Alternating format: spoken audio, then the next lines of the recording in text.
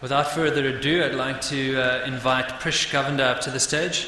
He's the General Manager for Project Development Department within Eskom, and he's going to give us a view this morning on balancing South Africa's energy mix, something which I know is particularly topical and which we'd all like to hear about. Prish?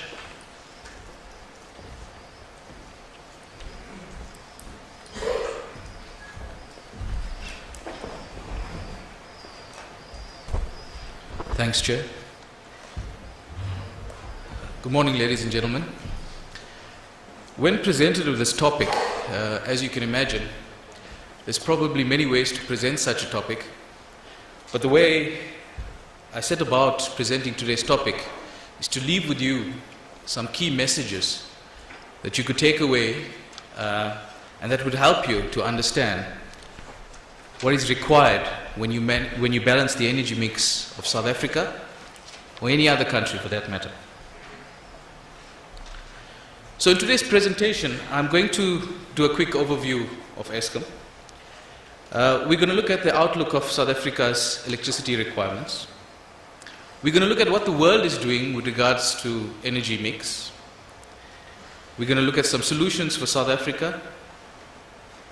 And we're going to look at what Eskom is doing and also what then is required from everybody within the South African context. So just a quick overview of Eskom.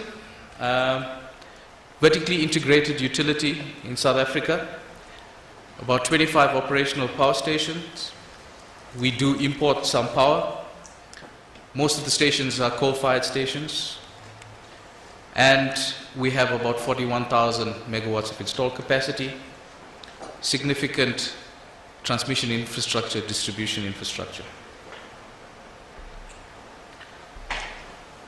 So, as you know, the government of South Africa has published the draft integrated resource plan and has recently taken through cabinet the final integrated resource plan, or what is being called the policy adjusted integrated resource plan. And the basis for that plan assumes a 4.6% GDP growth rate. It does take into account the decommissioning of existing Eskom coal-fired stations, some demand-side management, and an increase in energy efficiency over time.